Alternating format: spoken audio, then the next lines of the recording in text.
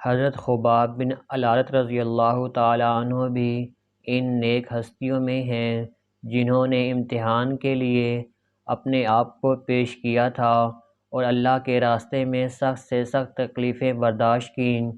شروع ہی میں 5-6 آدمیوں کے بعد مسلمان ہو گئے تھے، اس لیے بہت زمانہ تک تکلیفیں اٹھائیں۔ لوہے کی ذرہ پہنا کر ان کو دھوپ میں ڈال دیا جاتا، جس سے گرمی اور تپش کی وجہ سے پسینوں پر پسینے بہتے رہتے تھے۔ اکثر اوقات بالکل سیدھا گرم لیٹ پر لٹایا جاتا، جس کی وجہ سے کمر کا گوشت تک گل کر گر گیا تھا۔ یہ ایک عورت کے غلام تھے۔ اس کو خبر پہنچی کہ یہ حضور اقدس صلی اللہ علیہ وآلہ وسلم سے ملتے ہیں، تو اس کو سزا میں لوہے کو گرم کر کے ان کے سر کو اس سے داغ دیتی تھی۔ حضرت عمر رضی اللہ تعالیٰ عنہ نے ایک مرتبہ عرصہ کے بعد اپنے زمانہ خلافت میں حضرت خباب رضی اللہ تعالیٰ عنہ سے ان تکالیف کی تفصیل پوچھی جو ان کو پہنچائی گئیں۔ انہوں نے عرض کیا کہ میری کمر دیکھیں۔ حضرت عمر رضی اللہ تعالیٰ عنہ نے کمر دیکھ کر فرمایا کہ ایسی کمر تو کسی کی دیکھی ہی نہیں۔ انہوں نے عرض کیا کہ مجھے آگ کے انگاروں پر ڈال کر گھسیٹا گیا، میری کمر کی چربی اور خون سے وہ آگ بجھی۔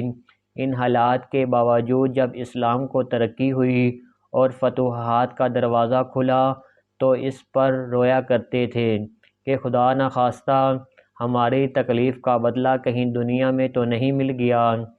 حضرت خباب رضی اللہ تعالیٰ عنہ کہتے ہیں کہ ایک مرتبہ حضور اقدس صلی اللہ علیہ وآلہ وسلم نے خلاف عادت بہت ہی لمبی نماز پڑھی۔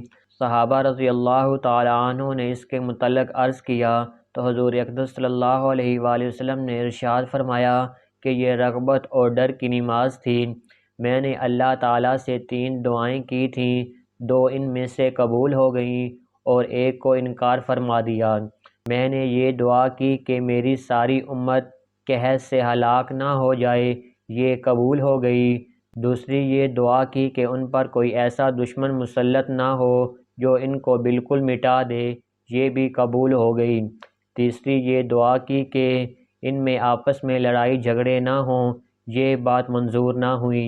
حضرت خباب رضی اللہ تعالیٰ عنہ کا انتقال 37 سال کی عمر میں ہوا اور کوفہ میں سب سے پہلے صحابی یہی دفن ہوئے۔ ان کے انتقال کے بعد حضرت علی کرم اللہ وجہہ کا گزر ان کی قبر پر ہوا تو ارشاد فرمایا، اللہ خباب رضی اللہ تعالیٰ عنہ پر رحم فرمائیں۔ اپنی رغبت سے مسلمان ہوا اور خوشی سے ہجرت کی اور جہاد میں زندگی گزار دی اور مصیبتیں برداشت کیں۔